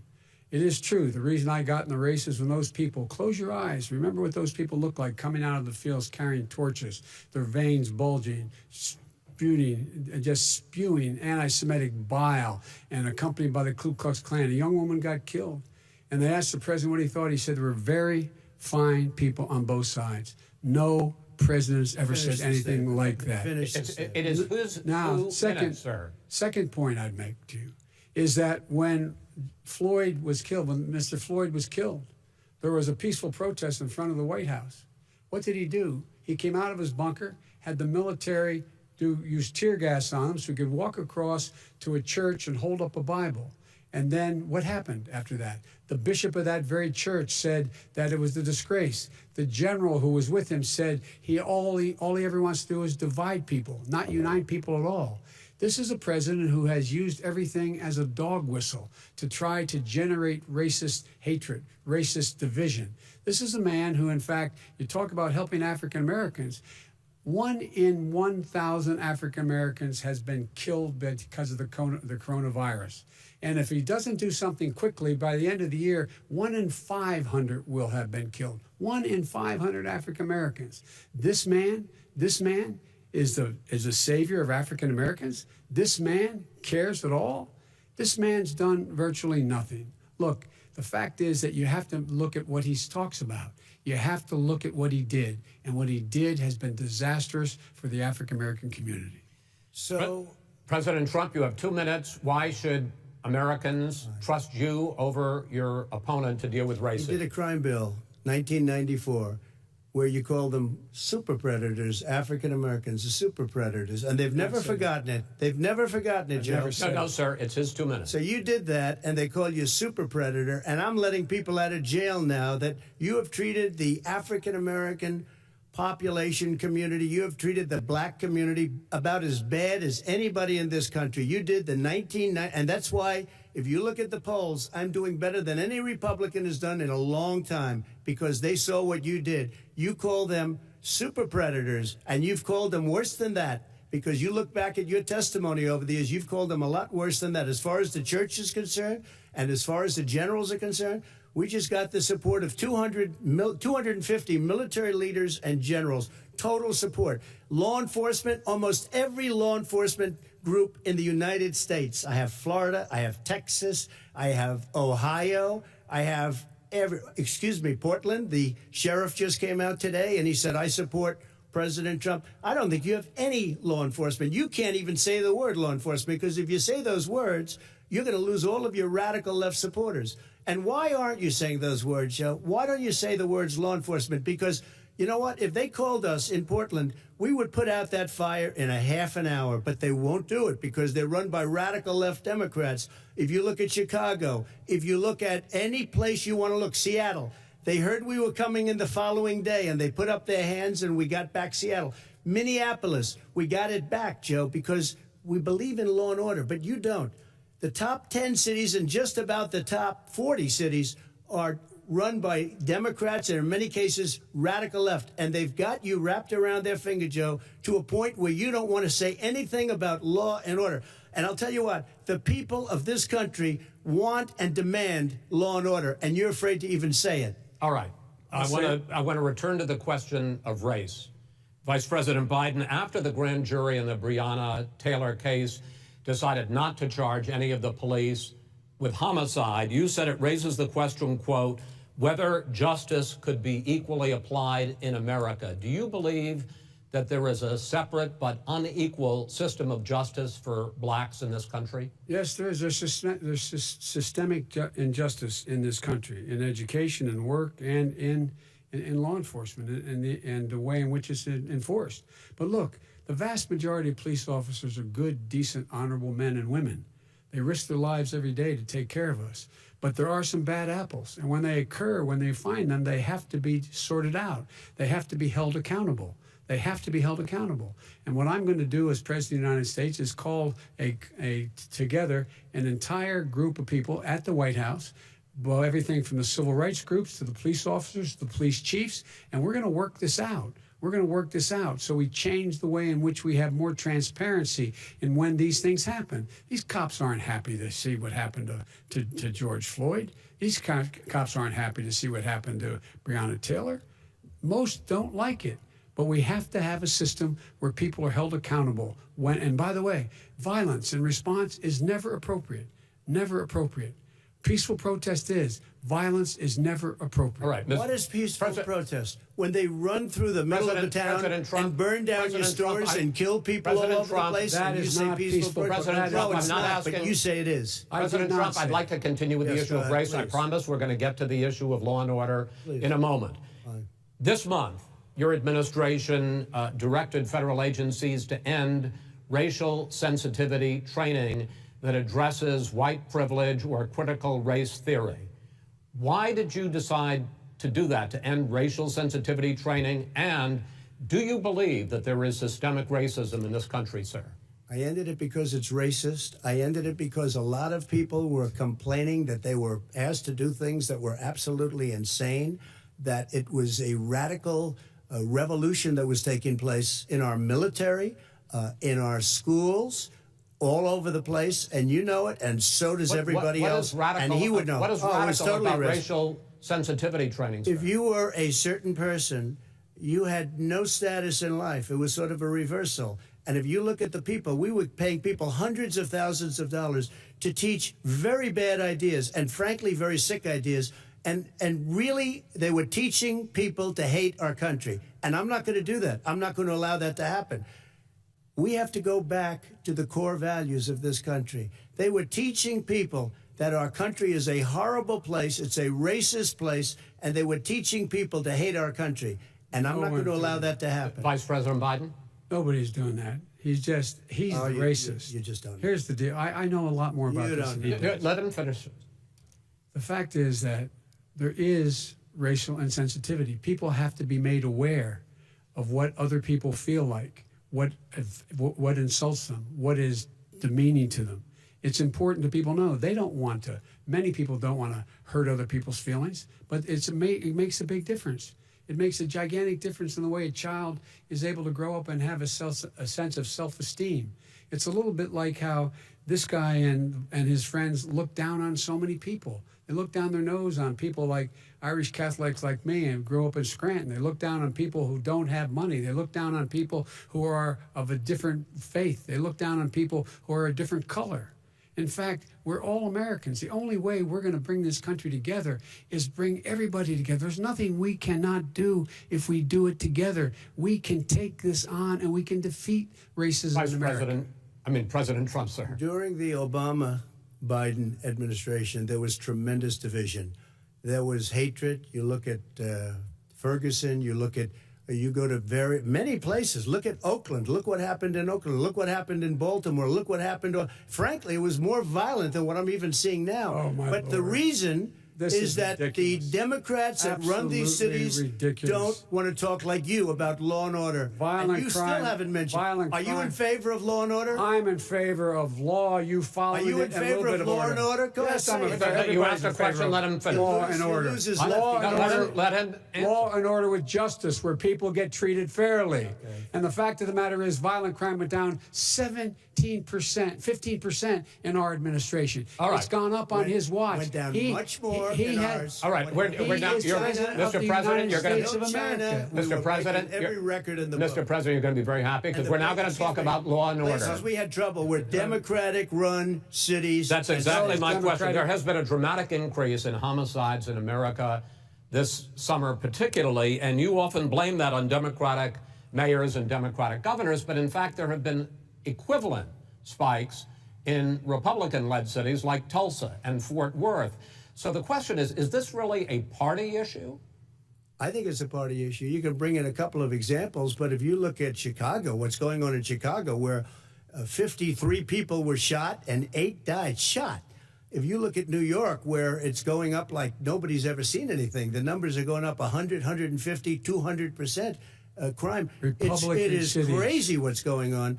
And he doesn't want to say law and order because he can't, because he'll lose his radical left supporters. And once he does that, it's over with. But if he ever got to run this country and they ran it the way he would want to run it, we would have our suburbs would be gone. By the way, our suburbs would be gone, and you would see problems like you've never seen. He wouldn't know a suburb unless he took a wrong turn. Oh, I know suburbs. He would not. So much Go ahead. Wait a minute. I was raised in the suburbs. This is not 1950. All these dog whistles on racism don't work anymore. Suburbs are by and large integrated. There's many people today driving their kids to soccer practice and or to black and white and Hispanic in the same car as there have been any time in the past. What really is a threat to the suburbs and their safety is his failure to deal with COVID. They're dying in the suburbs. His failure to deal with the environment. They're being flooded. They're being burned out because his refusal to do anything. That's why the suburbs are in trouble. I do want to talk about this issue of law and order, though. And in the joint recommendation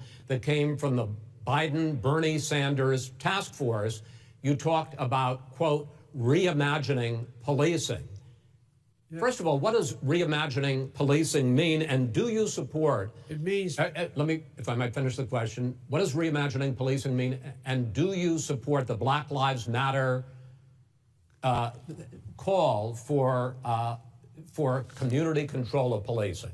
Look, what I support is the police having the opportunity to deal with the problems they face. And I'm totally opposed to defunding the police offices. As a matter of fact, local police, the only one defunding it, his budget calls for a $400 million cut in local law enforcement assistance. They need more assistance. They need, when they show up for a 9/11 call, to have someone with them as a psychologist or psychiatrist to keep them from having to use force and be able to talk people down. We have to have community policing like we had before, where the officers get to know the people in the communities. That's when crime went down. It didn't go up, it went down. And so we have to be engaged. That's not what they're talking about, Chris. That's not what they're talking about. He's talking about defunding the police. That is not true. He doesn't have any law support. Look, he has no law enforcement that's not support. true. Almost that's nothing. Look. Oh, really? Who do you have? Name one group that supports you. Name one group that came out and supported you. Go ahead. Look, think. We have time. We don't have time to do anything. No, think about it.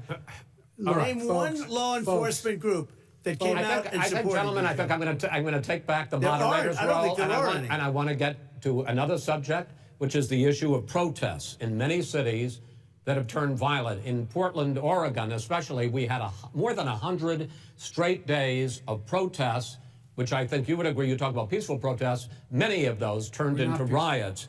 Mr. Vice President, you say that people who commit crimes should be held accountable. The question I have, though, is, as the Democratic nominee, and earlier tonight you said that you are the Democratic Party right now, have you ever called the Democratic mayor of Portland or the Democratic governor of Oregon and said, hey, you got to stop this, bring in the National Guard, do whatever it takes, but you stop the days and months of violence in Portland? I don't hold public office now. I am a former vice president. I've made it clear in my public statements that the violence should be prosecuted. It should be prosecuted, and anyone who commits it. But you've never called for the people, the leader. Excuse me, sir.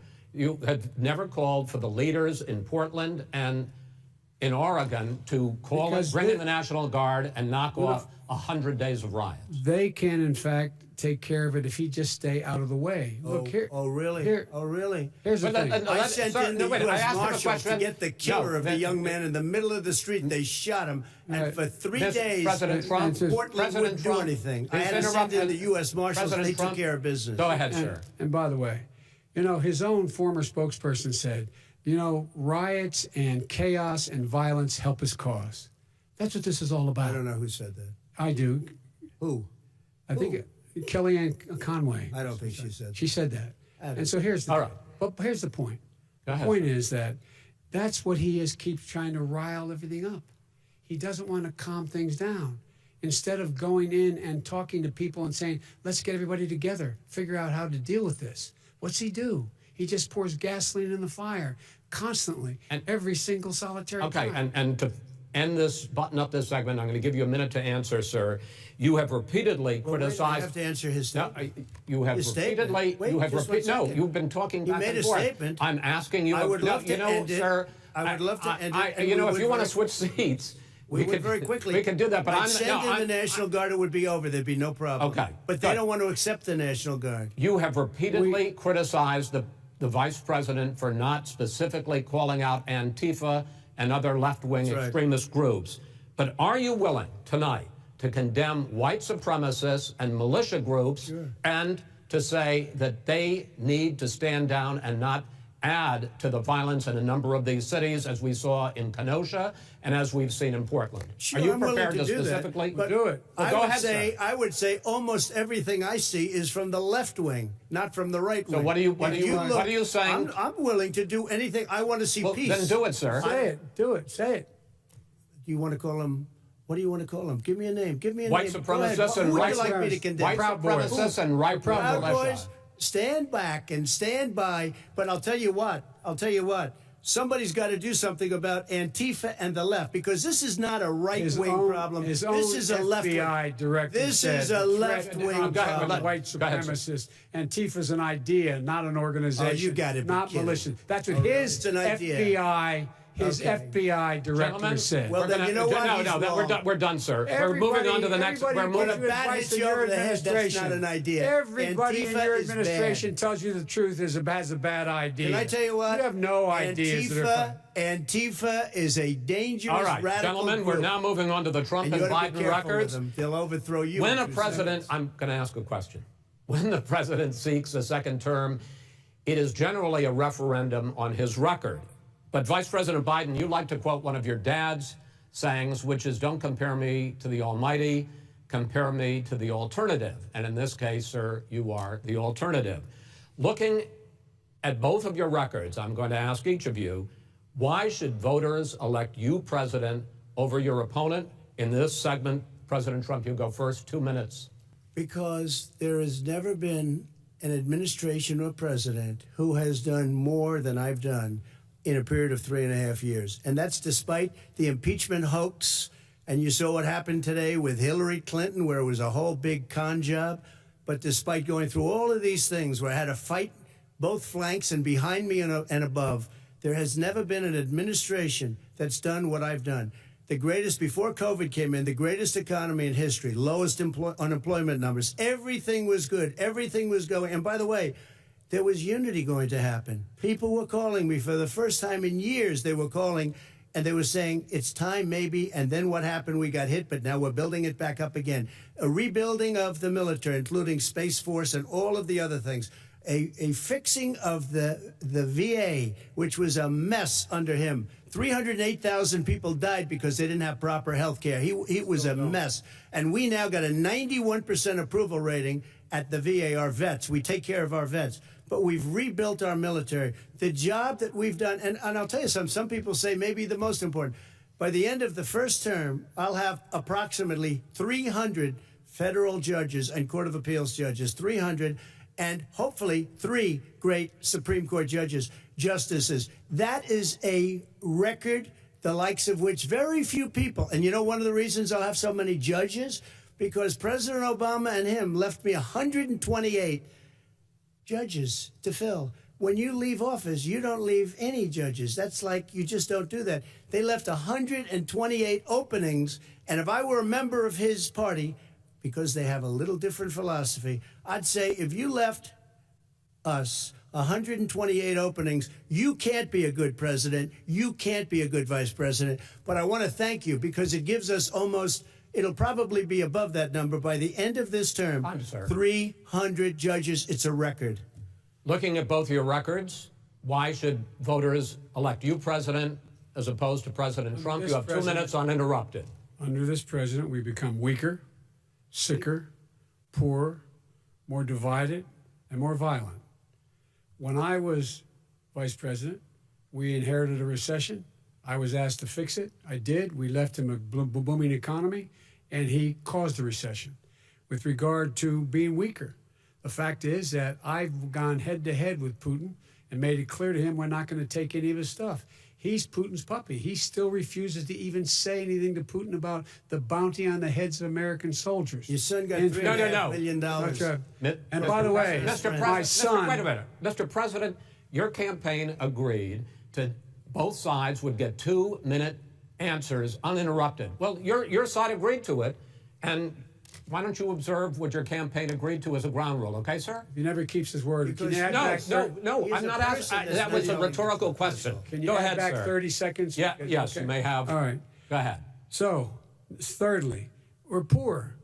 The billionaires have gotten much more wealthy by a tune of over $300 to $400 billion more just since COVID.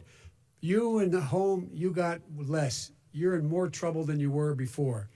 In terms of being more violent, when we were in office, there were 15% less violence in America than there is today. He's president of the United States.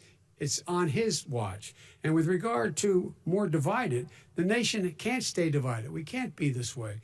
And speaking of my son, the way you talk about the military, the way you talk about them being losers and being and just being suckers.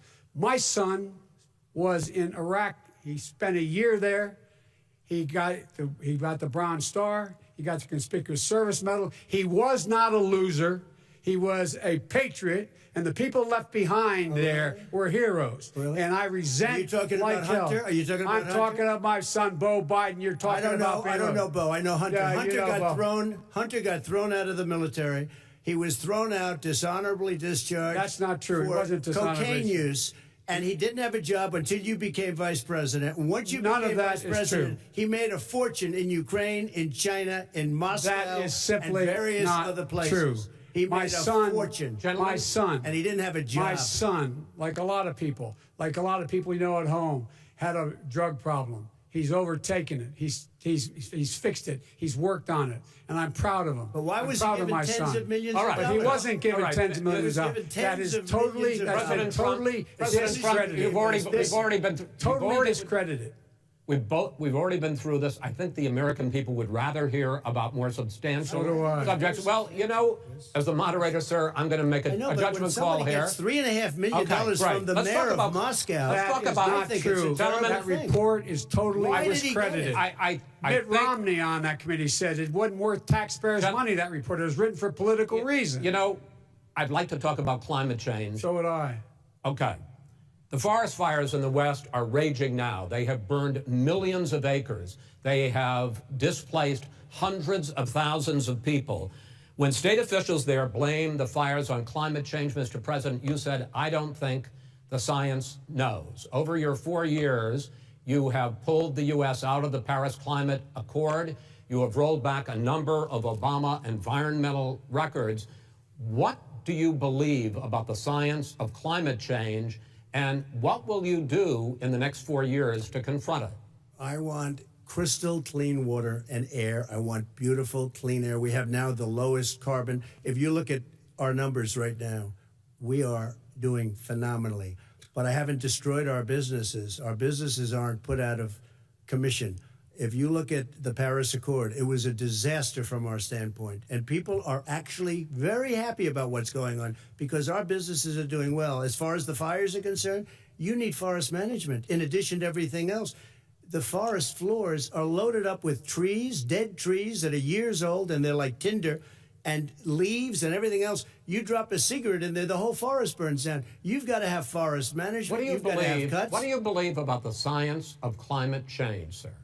I believe that we have to do everything we can to have immaculate air, immaculate water, and do whatever else we can that's good. You know, we're planting 1 billion trees, the Billion Tree Project, and it's very exciting. You believe for a lot of people. that human pollution, greenhouse gas emissions contributes to the global warming of this planet? I think a lot of things do, but I think to an extent, yes.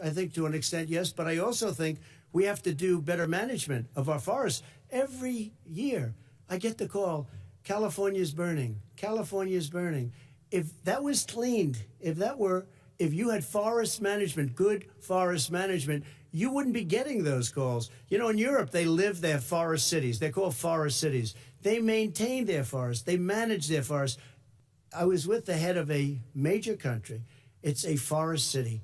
He said, sir, we have trees that are far more, they ignite much easier than California. There shouldn't be that problem. I spoke with the governor about it. I'm getting along very well with the governor. But I said, you know, at some point, you can't every year have hundreds of thousands of acres of land just burned to the ground. That's burning down because of a lack of management. But, sir, if you believe in the science of climate change, why have you rolled back the Obama Clean Power Plan, which limited carbon emissions in power plants? Why have you relaxed? Because it was driving energy prices through the sky. Why have you relaxed fuel economy standards that are going to create more pollution from cars and trucks? Well, not really, because what's happening is the car is much less expensive and it's a much safer car, and you're talking about a tiny difference. And then what would happen, because of the cost of the car, you would have at least double and triple the number of cars purchased. We have the old slugs out there that are 10, 12 years old. If you did that, the car would be safer. It would be much cheaper by $3,500. In the case of California, they've simply ignored No, but you would take a lot of cars rollback off the market because people would be able to afford a car. Now, and by the way, we're going to see how that turns out. But a lot of people agree with me, many people. The car has gotten so expensive because they have computers all over the place for an extra little bit of gasoline. And I'm okay with electric cars, too. I think I'm all for electric cars. I've given big incentives for electric cars. But what they've done in California is just crazy. Right. Vice President Biden, I'd like you to respond to the president's climate change record, but I also want to ask you about a concern. You proposed $2 trillion in green jobs. You talk about new limits, not abolishing, but new limits on fracking, ending the use of fossil fuels to generate electricity by 2035, and zero net emission of greenhouse gases by 2050. The president says a lot of these things would tank the economy and cost millions of jobs. He's absolutely wrong, number one. Number two, if in fact, during our administration, the Recovery Act, I was in charge, able to bring down the cost of renewable energy to cheaper than or as cheap as coal and gas and oil. Nobody's going to build another coal-fired plant in America. No one's going to build another oil-fired plant in America. They're going to move to renewable energy, number one. Number two, we're going to make sure that we are able to take the federal fleet and turn it into a fleet that's run on their electric vehicles. Making sure that we can do that, we're going to put 500,000 charging stations and all of the highways that we're going to be building in the future. We're going to build an economy that, in fact, is going to provide for the ability of us to take 4 million buildings and make sure that they, in fact, are weatherized in a way that, in fact, they'll emit significantly less gas and oil because the heat will not be going out. There's so many things that we can do now to create thousands and thousands of jobs. We can get to net zero in terms of energy production by 2035. Not only not costing people jobs, creating millions of good paying jobs, not $15 an hour, but prevailing wage, by having a new infrastructure that, in fact, is green. And the first thing I will do, I will rejoin the Paris Accord. I will join the Paris Accord because with us out of it, look what's happening. It's all falling apart. And talk about someone who has no relationship with foreign policy.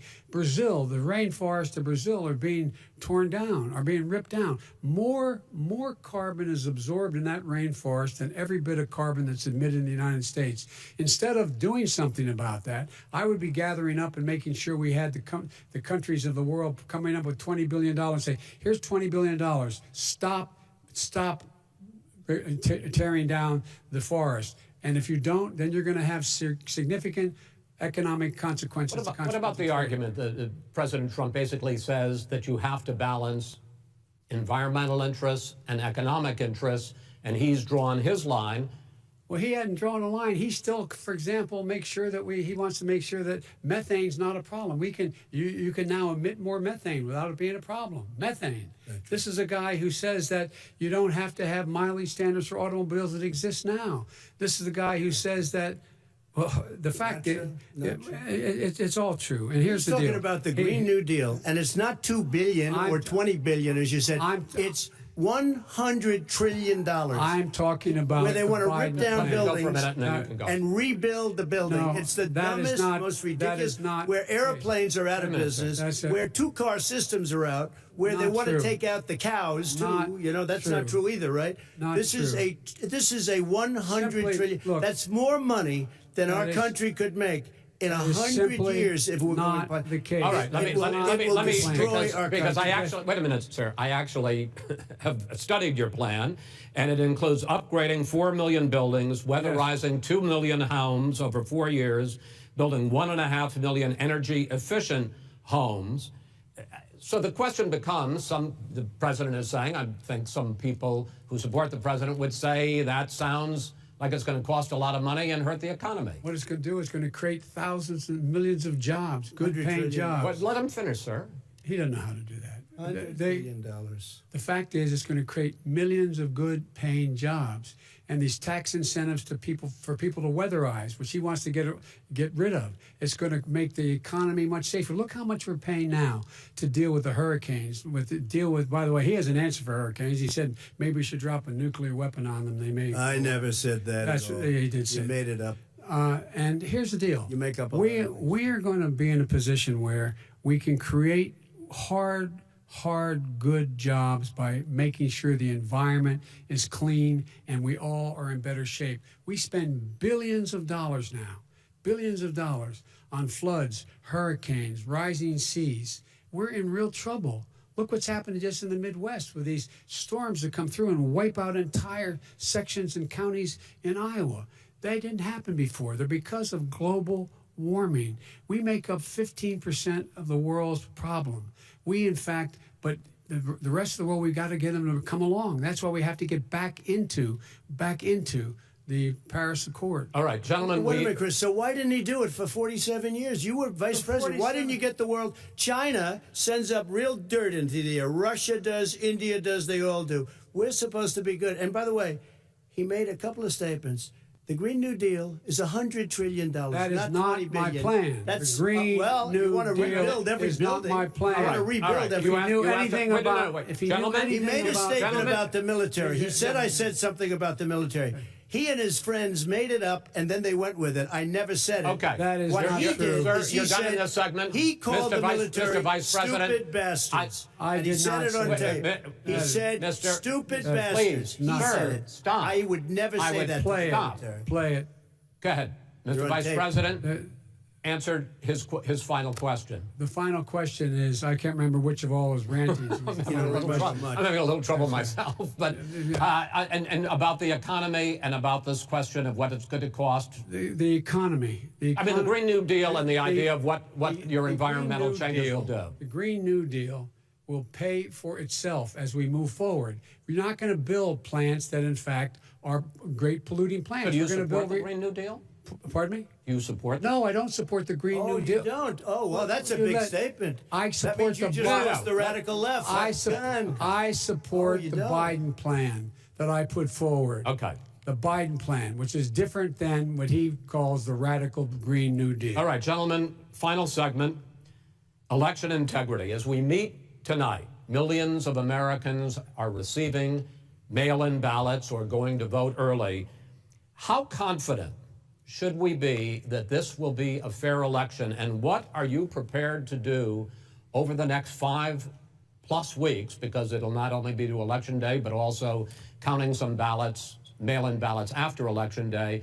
What are you prepared to do to reassure the American people that the next president will be the legitimate winner of this election? In this final segment, Mr. Vice President, you go first. Prepared to let people vote. They should go to iwillvote.com.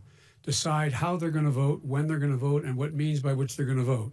His own Homeland Security Director, and as well as the FBI Director, says there is no evidence at all that mail-in ballots are a source of being manipulated and cheating. They said that. The fact is that there are going to be millions of people because of COVID that are going to be voting by mail-in ballots, like he does, by the way. He sits behind the Resolute desk and sends his ballot to Florida, number one. Number two, We're going to make sure that those people who want to vote in person are able to vote because enough poll watchers are there to make sure they can socially distance. The polls are open on time, and the polls stay open until the votes are counted. And this is all about trying to dissuade people from voting because he's trying to scare people into thinking that it's not going to be legitimate. Show up and vote. You will determine the outcome of this election. Vote, vote, vote. If you're able to vote early in your state, vote early. If you're able to vote in person, vote in person. Vote whatever way is the best way for you, because he cannot stop you from being able to determine the outcome of this election. And in terms of whether or not when the votes are counted, and they're all counted, that will be accepted. If I win, that will be accepted. If I lose, that will be accepted. But by the way, if in fact he says he's not sure what he's going to accept, well, let me tell you something. It doesn't matter, because if we get the votes, it's going to be all over. He's going to go. He can't stay in power. It won't happen. It won't happen. So vote. Just make sure you understand you have it in your control to determine what this country is going to look like the next 4 years. Is it going to change, or are you going to get 4 more years of these lies? Mr. President, 2 minutes. So when I listened to Joe talking about a transition, there's been no transition from when I won. I won that election. And if you look at crooked Hillary Clinton, if you look at all of the different people, there was no transition, because they came after me trying to do a coup. They came after me spying on my campaign. They started from the day I won, and even before I won, from the day I came down the escalator with our First Lady. They were a disaster. They were a disgrace to our country. And we've caught them. We've caught them all. We've got it all on tape. We've caught them all. And by the way, you gave the idea for the Logan Act against General Flynn. You better take a look at that, because we caught you in a sense. And President Obama was sitting in the office. He knew about it too. So don't tell me about a free transition. As far as the ballots are concerned, it's a disaster. A solicited ballot, okay, solicited is okay. You're soliciting, you're asking, they send it back, you send it back. I did that. If you have an unsolicited, they're sending millions of ballots all over the country. There's fraud. They found them in the place. They sent 2 in a Democrat area. They sent out 1,000 ballots. Everybody got 2 ballots. This is going to be a fraud like you've never seen. The other thing, it's nice on November 3rd, you're watching and you see who won the election. And I think we're going to do well, because people are really happy with the job we've done. But you know what? We won't know. We might not know for months, because these ballots are going to be all over. Take a look at what happened in Manhattan. Take a look at what happened in New Jersey. Take a look at what happened in Virginia and other places. They're not losing 2%, 1%, which, by the way, is too much. An election could be won or lost with that. They're losing 30 and 40%. It's a fraud, and it's a shame. And can you imagine where they say you have to have your ballot in by November 10th? November 10th. That means that's 7 days after the election, in theory, should have been announced. Okay. We have major states with that. Sir, all run by 2 Democrats. minutes is 2 minutes. All run by Democrats. It's President Trump, it's a rigged election. you're going to be able to continue. You have been charging for months that mail-in balloting is going to be a disaster. You say it's rigged, that it's going to lead to fraud. But in 2018, in the last midterm election, 31 million people voted mail-in voting. That was a quarter, more than a quarter of all the voters that year cast their ballots by mail. Now that millions of mail-in ballots have gone out, what are you going to do about it? And are you counting on the Supreme Court, including a Justice Barrett, to settle any dispute? Yeah, I think I'm counting on them to look at the ballots, definitely. I hope we don't need them in terms of the election itself. But for the ballots, I think so. Because what's happening is incredible. I read today, where at least 1% of the ballots for 2016 were invalidated. They take them, we don't like them, we don't like them. But they throw them out left. If there are millions of ballots going out right now. What you do is you go and vote. You do a solicited ballot, and that's okay, or you go and vote. I'm asking you about the fact that millions of people... You go and vote. You go and vote. But like they used to in the old... Millions of people... You either do, Chris, a solicited ballot where you're sending it in, they're sending it back, and you're sending... They have mailmen with lots of it. Did you see what's going on? Take a look at West Virginia, mailmen selling the ballots. They're being sold. They're being dumped in rivers. This is a horrible thing for our country. This is not going to end well. There is no evidence. This is not going to end well. 5 states have had mail-in ballots for the last decade or more, 5, including 2 Republican states. And you don't have to solicit the ballot. It's sent to you. It's sent to your home. What they're saying is that it has to be a postmark by the time, by Election Day. If it doesn't get in till the 7th, 8th, 9th, it still should be counted. He's just afraid of counting the votes because You're wrong. You're wrong. I want to continue with you on this, Vice President Biden. Chris, he's so wrong when he makes a statement like that. Excuse me, Vice President Biden, the biggest problem, in fact, over the years with mail-in voting has not been fraud historically. It has been that sizable numbers, sometimes hundreds of thousands of ballots are thrown out because they have not been properly filled out, or there is some other irregularity, or they missed the deadline. So the question I have is, are you concerned that the Supreme Court with a Justice Barrett will settle any dispute? I am concerned that any court would settle this because here's the deal. When you get a ballot and you fill it out, you're supposed to have an affidavit. If you didn't know, you have someone say that this is me. You should be able to, if in fact you can verify that's you before the ballot is thrown out, that's sufficient to be able to count the ballot because someone made a mistake and not dotting the correct I. Who they voted for, testify, say who they voted for, say it's you, that is totally legitimate. All right. Excuse me, Chris, when you have 80 million ballots, I have a final Senate question. and swamping the system, you know it can't be done. You know it can't, and already there's been fraud. Mail service delivers 185 million question mail a day. In 8 states, we can keep talking. In 8 states, election workers are prohibited currently by law, 8 states, from even beginning to process ballots, even take them out of the envelopes and flatten them until Election Day. That means that it's likely, because there's going to be a huge increase in mail-in balloting, that we are not going to know on election night who the winner is, that it could be days, it could be weeks, could be months, until we find out who the new president is. So first for you, sir, finally for the Vice President, I hope neither of you will interrupt the other. Will you urge your supporters to stay calm during this extended period, not to engage in any civil unrest? And will you pledge tonight that you will not declare victory until the election has been independently certified? President Trump, you go first. I'm urging my supporters to go into the polls and watch very carefully, because that's what has to happen. I am urging them to do it. As you know, today there was a big problem. In Philadelphia, they went in to watch. They were called poll watchers, a very safe, very nice thing. They were thrown out. They weren't allowed to watch. You know why? Because bad things happen in Philadelphia, bad things. And I am urging my people. I hope it's going to be a fair election. If it's a fair election, I am 100% on board. But if I see tens of thousands of ballots being manipulated, I can't go along with that. And I'll tell you what, from a common sense, does that mean you're going to tell your people to take to the street? It means you have a fraudulent election. You're sending out 80 million ballots. They're not equipped to. These people aren't equipped to handle it, number one. Number two, they cheat. They cheat. Hey, they found ballots in a waste paper basket 3 days ago, and they all had the name military ballots. They were military. They all had the name Trump on them. Vice President you think Biden, that's good? Vice President Biden, final question for you. Will you urge your supporters to stay calm while the vote is counted, and will you pledge not to declare victory until the election is independently certified? Yes, and here's the deal. We count the ballots, as you pointed out. Some of these ballots in some states can't even be opened until Election Day.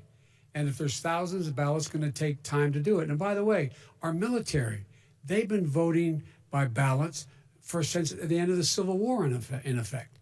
And that's what's going to happen. Why is it for them somehow not fraudulent? It's the same process. It's honest. No one has established at all that there is fraud related to mail-in ballots, that somehow it's a fraudulent process. It's already been established. Take a look at Carolyn Maloney's race. You had an opportunity to respond. Look at Carolyn Maloney. Go ahead. They have no idea what happened. Vice President Biden, go ahead. He has no idea what he's talking about. Here's the deal. The fact is, I will accept it, and he will too. You know why? Because once the winner is declared, after all the ballots are counted, all the votes are counted, that'll be the end of it. That'll be the end of it. And if it's me, in fact, fine. If it's not me, I'll support the outcome. And I'll be a president not just for the Democrats. I'll be a president for Democrats and Republicans. And this guy, I want to see an honest ballot count. Gentlemen, you say that's the end of it? This is the end of this debate? Honest ballot count. We're going to leave it there. To be continued as in more debates as we go on. President Trump, Vice President Biden, it's been an interesting hour and a half. I want to thank you both for participating in the first of 3 debates that you have agreed to engage in. We want to thank Case Western Reserve University and the Cleveland Clinic for hosting this event. The next debate, sponsored by the Commission on Presidential Debates, will be 1 week from tomorrow, October 7th, at the University of Utah in Salt Lake City. The 2 vice presidential nominees, Vice President Mike Pence and Senator Kamala Harris, will debate at 9 p.m. Eastern that night. We hope you watch. Until then, thank you and good night.